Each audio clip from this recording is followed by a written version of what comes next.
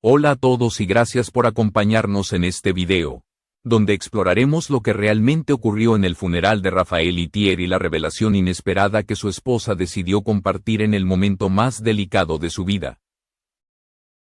Hoy abriremos una historia que nunca apareció en entrevistas ni documentales y que cambiará para siempre la forma en que entendemos la figura del fundador del Gran Combo de Puerto Rico.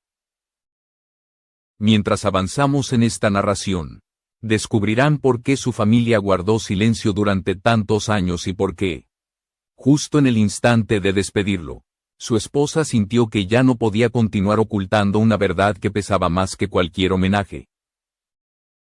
Gracias por ver mi video y por apoyar mi trabajo.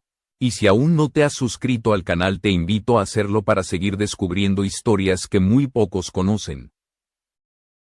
Desde las primeras horas de la mañana, el funeral se convirtió en un punto de encuentro para músicos, admiradores y figuras públicas que crecieron bajo la influencia del sonido que Itier perfeccionó durante más de 6 décadas. Las calles cercanas al recinto estaban llenas de personas que querían despedirse del maestro. Y sin embargo, detrás de los abrazos, de las flores y de los discursos preparados, había una tensión silenciosa que se percibía en el aire. Un ambiente distinto al de un adiós tradicional. Los asistentes compartían recuerdos sobre sus logros, comentaban cómo su música marcó generaciones enteras y celebraban la disciplina que lo convirtió en una leyenda. Pero nadie imaginaba lo que estaba a punto de ocurrir. Detrás del telón emocional del homenaje existía un peso acumulado durante décadas.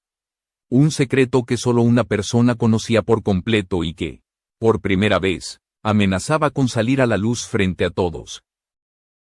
La esposa de Raphael Itier llegó con un semblante que desconcertó a muchos.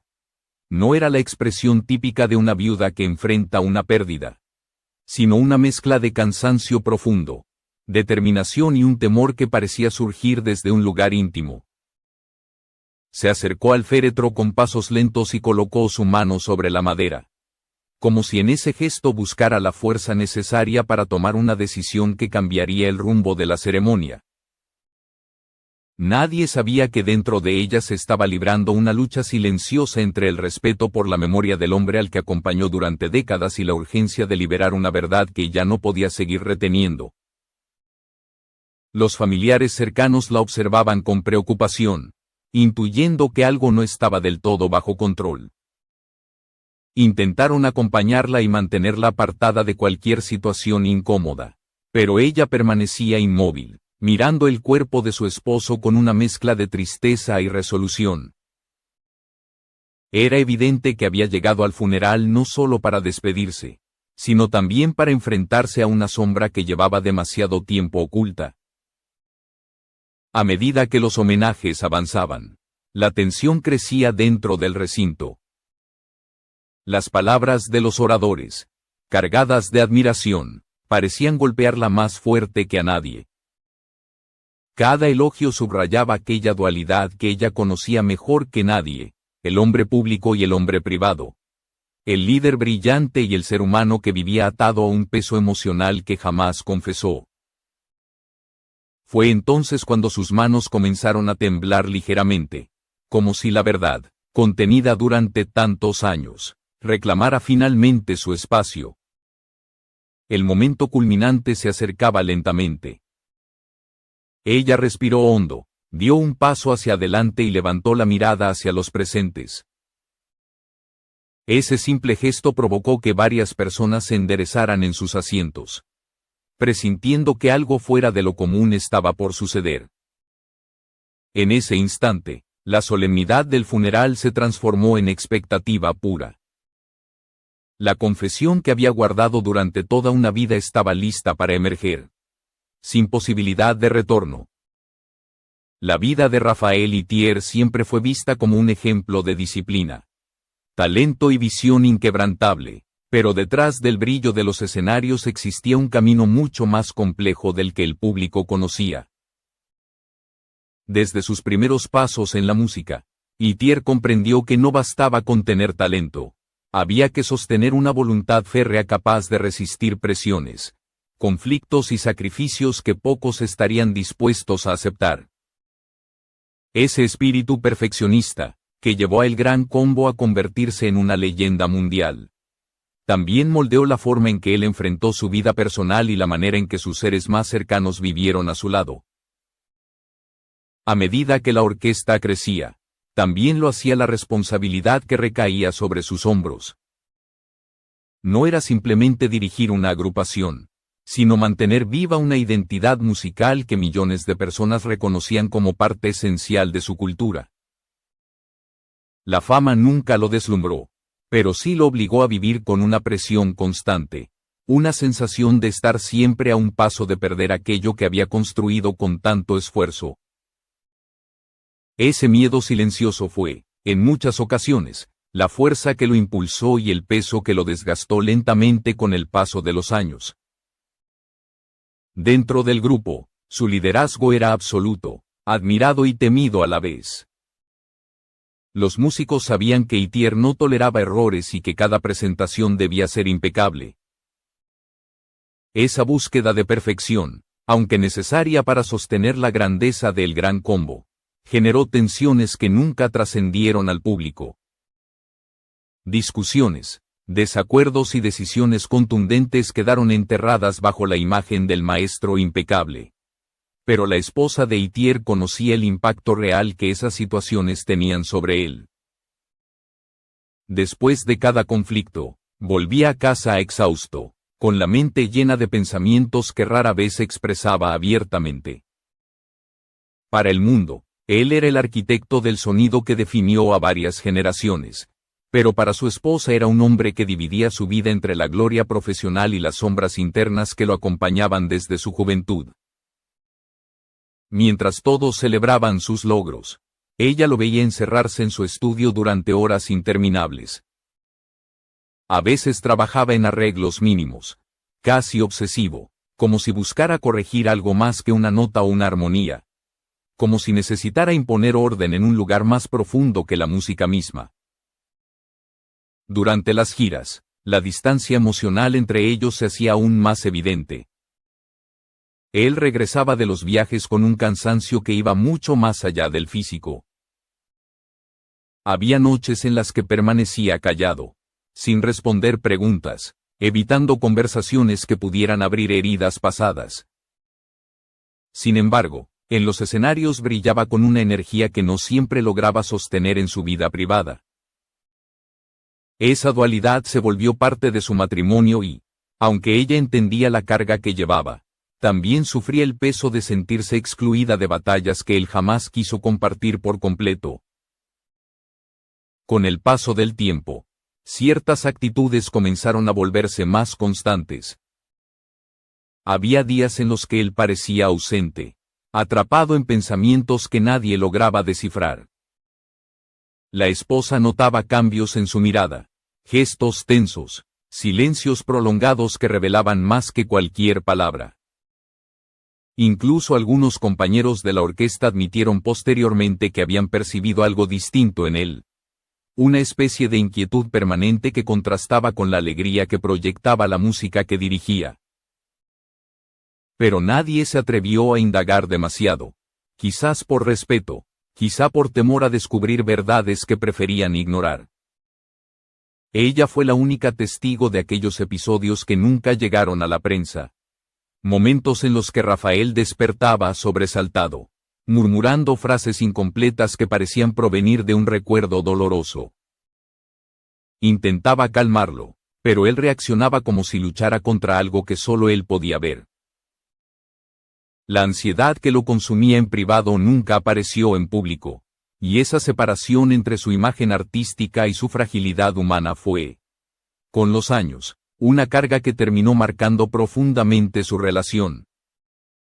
Así fue como, sin que nadie lo sospechara, el hombre que simbolizaba excelencia y fortaleza vivía atrapado entre el reconocimiento mundial y un secreto que lo acompañaba desde sus primeros años con el Gran Combo. Un secreto que su esposa había protegido en silencio hasta el día en que decidió romper con décadas de discreción. En sus últimos años, las señales de agotamiento emocional se hicieron más evidentes, aunque Rafael Itier mantuvo una imagen pública sólida, profesional y casi intocable. Dentro de su hogar el deterioro era innegable. Sus silencios se prolongaban, sus momentos de desconexión eran más frecuentes y su mirada parecía perderse en recuerdos que jamás contó. Para el público, Itier seguía siendo el maestro de la salsa, pero para su esposa era un hombre atrapado en una lucha interna que nunca pudo comprender del todo. Ella observaba cómo su energía se consumía lentamente, incluso en los días en que él intentaba retomar su rutina con una sonrisa que nunca lograba llegar a los ojos. Los médicos que lo atendían hablaban de desgaste por la edad, de estrés acumulado después de tantos años dedicados a la música, pero su esposa sabía que algo más profundo lo atormentaba, algo que no podía explicarse únicamente con diagnósticos clínicos. Hubo noches en las que él despertaba sobresaltado, respirando con dificultad, murmurando frases incompletas que ella no lograba descifrar, y aunque intentaba calmarlo, él reaccionaba como si huyera de algo invisible. Era una tensión oscura que lo seguía incluso en sus horas más tranquilas. A medida que cumplía más años, Itier comenzó a evitar ciertos temas, especialmente aquellos relacionados con decisiones que tomó en sus primeros tiempos con el Gran Combo. Cada vez que alguien mencionaba acontecimientos o conflictos pasados, él cambiaba de conversación o se levantaba de la mesa para alejarse. Una conducta que su familia encontraba extraña pero atribuía a su edad avanzada. Sin embargo, su esposa percibía que había un peso emocional detrás de ese silencio. Un peso que él llevaba desde hacía décadas. En los meses previos a su muerte, Rafael pasó por periodos de lucidez en los que intentaba poner en orden su legado musical. Revisando grabaciones, partituras y documentos que consideraba esenciales para que la orquesta continuara sin él. Pero esos momentos siempre iban seguidos de episodios de angustia, como si temiera que algo de su pasado pudiera salir a la luz cuando él ya no estuviera para explicarlo. La familia notó el cambio, pero evitó profundizar por respeto y por miedo a desestabilizar a un hombre de 99 años que ya cargaba demasiado sobre sus hombros. Cuando finalmente falleció en Bayamón, la noticia sacudió al mundo de la música latina y provocó una ola de homenajes que celebraban su grandeza. Pero dentro del círculo íntimo de su hogar reinaba una mezcla de tristeza, alivio y ansiedad, porque su muerte no solo marcaba el final de una era, sino también el inicio inevitable de preguntas que habían sido evitadas durante demasiado tiempo. Y entre todas esas preguntas, la más dolorosa era la que solo su esposa podía responder, porque ella era la única testigo de las sombras que él nunca se atrevió a confesar. El día del funeral, Bayamón amaneció con un silencio distinto. Un silencio que parecía extenderse por las calles como si incluso la ciudad comprendiera que estaba despidiendo a una de sus voces más poderosas.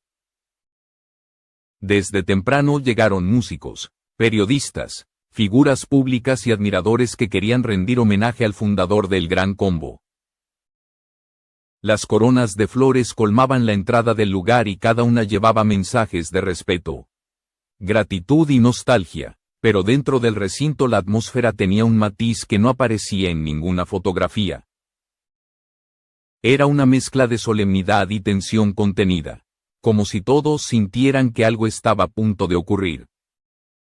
Los miembros más veteranos de la orquesta ocuparon las primeras filas, algunos con rostros marcados por el dolor y otros con un semblante rígido, más consciente de las ausencias pasadas que de las presencias actuales. Había miradas que se cruzaban sin llegar a sostenerse, gestos breves que revelaban conversaciones incómodas que nunca se dieron. Mientras el público recordaba los éxitos que los hicieron bailar durante décadas. Entre ciertos músicos se percibía un aire de inquietud, como si la partida de Itier reavivara asuntos enterrados que preferían no mencionar. La llegada de la esposa de Rafael provocó un silencio inmediato. No por protocolo, sino por la expresión que llevaba en el rostro, una expresión que muchos describieron luego como una mezcla de desolación y determinación. Se acercó al féretro con pasos lentos, colocó una mano sobre la madera pulida y cerró los ojos durante varios segundos. Ese gesto, lejos de transmitir únicamente tristeza, dio la impresión de que estaba preparándose para algo mayor, algo que llevaba tiempo guardado y que ya no podía retener. Los familiares que la rodeaban intentaron mantenerla cerca, pero ella parecía actuar guiada por una decisión interna que no permitía interferencias. Cuando comenzó la ceremonia oficial, el ambiente se volvió aún más denso. Los discursos hablaban de la grandeza de Itier, de su disciplina, de su legado, pero entre las filas del público había una sensación creciente de incomodidad. Cada palabra que elogiaba su carácter reforzaba la dualidad entre el hombre público y el hombre privado. Una dualidad que muchos desconocían completamente. La esposa escuchaba en silencio, apretando las manos con fuerza, como si cada elogio fuera un recordatorio de algo que había callado durante demasiado tiempo. Fue al finalizar uno de los discursos cuando ocurrió el primer indicio de lo que estaba por venir. Ella se puso de pie, respiró profundamente y miró a todos los presentes con una intensidad que hizo que varias personas se incorporaran en su asiento. No dijo nada aún, pero su postura, su mirada fija y la tensión en sus manos anunciaban que estaba a punto de romper con todo protocolo. La familia intentó detenerla, pero ella dio un paso al frente, decidida, como si aquel instante fuera más importante que cualquier reputación, homenaje o expectativa social. Aquella confesión que llevaba décadas reprimida estaba a punto de salir a la luz frente a todos. Cuando la esposa de Rafael Itier avanzó hacia el centro del salón, el murmullo se apagó al instante. No había música, no había discursos, no había nada que amortiguara la tensión que súbitamente se apoderó del lugar. Ella sostuvo el micrófono con manos temblorosas, pero su voz, al comenzar a hablar, salió firme, casi desafiante, como si hubiese ensayado aquel momento durante años. Comenzó diciendo que había amado profundamente a su marido, que había caminado a su lado durante décadas difíciles y gloriosas, pero que también había cargado sola con verdades que nunca se atrevió a compartir. Aquellas palabras, cargadas de un peso emocional evidente, hicieron que muchos asistentes contuvieran la respiración. Dijo que respetaba la admiración que el mundo sentía por él, pero que detrás del ícono había un hombre atormentado por decisiones pasadas que lo persiguieron hasta sus últimos días.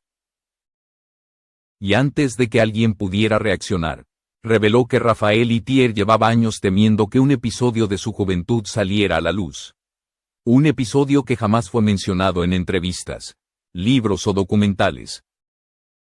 Aseguró que ese hecho, oculto cuidadosamente por décadas, había marcado su matrimonio y había influido en la forma en que él dirigió su vida personal y profesional.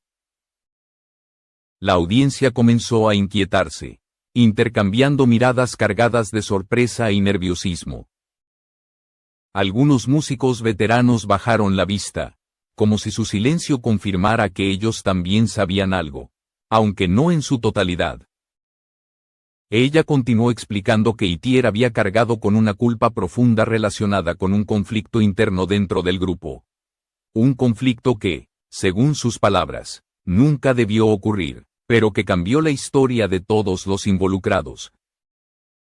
Esa afirmación dejó a muchos sin aliento, porque el Gran Combo, durante años, había proyectado una imagen de unidad y hermandad absoluta. Luego confesó que Rafael solía despertar por las noches temiendo que aquello saliera a la luz.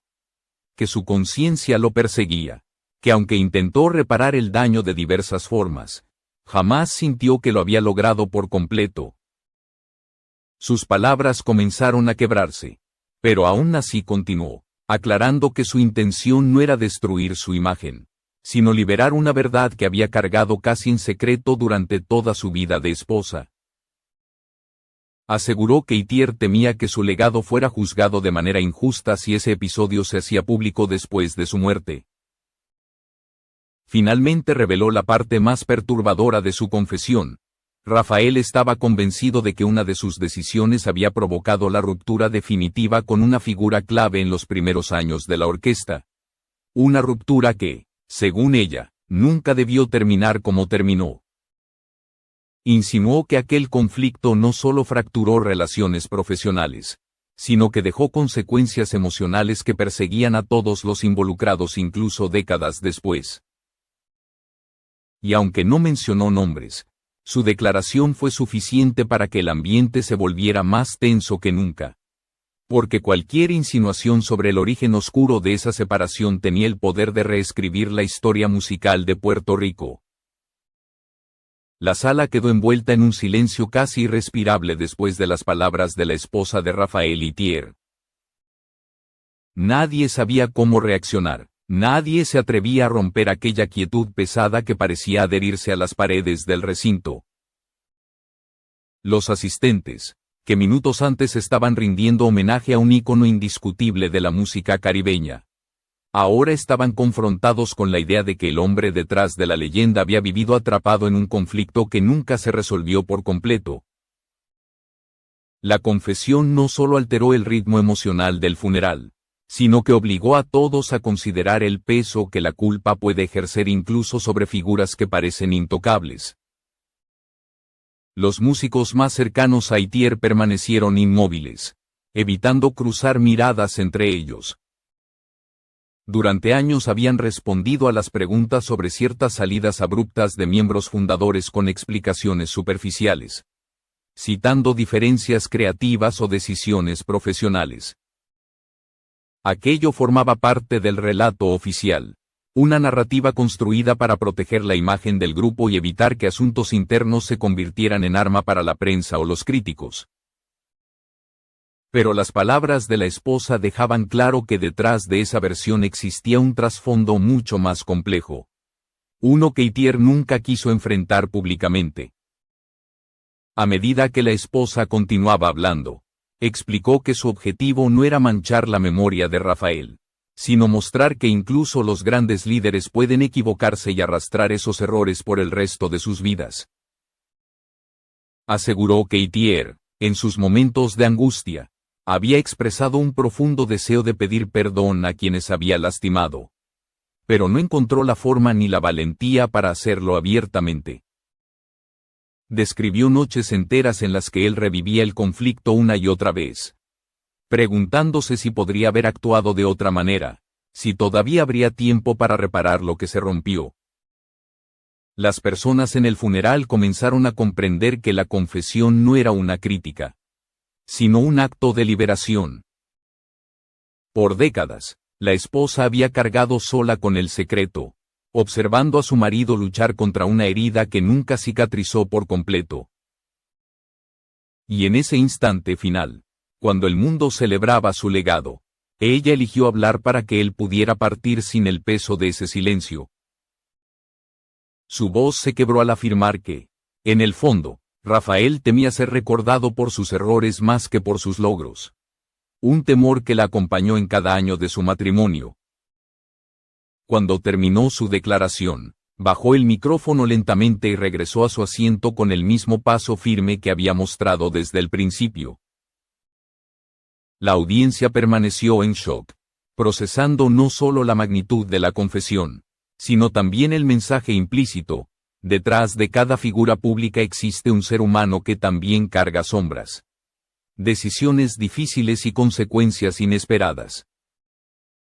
Con el tiempo, muchos interpretarían ese momento como una invitación a mirar el legado de Itier con más profundidad, reconociendo su genialidad sin ignorar la humanidad que lo acompañó hasta el final.